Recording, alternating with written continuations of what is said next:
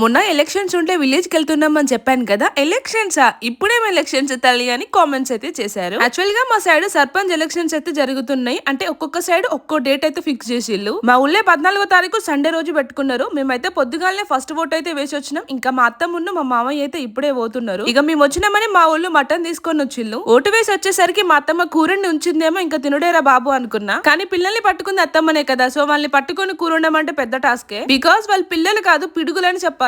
Gas పొయ్యి మీద వండుదామని చూసినా బట్ మంట కొంచెం ఎర్రగొత్తాంది. ఊరిని కూర సగం ఉడకంగానే గ్యాస్ అయిపోతే మళ్ళీ మా అత్తమ్మకి ఇబ్బంది అవుతుంది కదా అని చెప్పేసి కట్టెల పొయ్యి మీద ప్రిపేర్ చేస్తున్నా. వండడమేమో కానీ కంట్లకు పొగపోయి సుక్కలు కనబడతాను. నేను ఎప్పుడు మటన్ కూర వండినా 90% ప్రెషర్ కుక్కర్ లోనే వండుతా. బికాస్ 4 to 5 విజిల్స్ కి కూర మెత్తగా ఉడికిపోతుంది. ఎందుకంటే అసలే నీసు కూర కదా, చక్కగా ఉడకలేదు అనుకోండి మళ్ళీ కడుపు నొప్పి. వాస్తవానికి నాన్ వెజ్ కూరలల్లో కొంచెం కారం ఎక్కువ ఉంటేనే మంచిగా ఉంటుంది. కానీ నేను దండిగానే వేసిన ఫుల్ కారం అయింది. అందుకోసమే 2 టమాటాలు అయితే కట్ చేసేస్తున్నా. నిజానికి గ్యాస్ పొయ్యి మీద వండిన దానికంటే ఇలా కట్టెల పొయ్యి మీద వండిందే టేస్ట్ మంచిగా ఉంటది కదా. జెన్యున్ గా చెప్పండి, ఇప్పటికీ కట్టెల పొయ్యి మీద కుకింగ్ చేసే వాళ్ళు ఉంటే డెఫినెట్ గా కామెంట్ చేయడం మర్చిపోవద్దు. అది కూడా జెన్యున్ గా. ఇంతకీ ఇది మటన్ కూరనా లేదా మటన్ పులుసా అని మాత్రం అనకండి. కాంబినేషన్ లో పూరీలు చేసినా సో ఇట్లుంటే సెట్ అయ్యింది. సర్లే కానీ మీరు మాత్రం వీడియోకి లైక్ ఇవ్వకుండా వెళ్ళిపోవద్దు. ఉంటా మరి, బాయ్.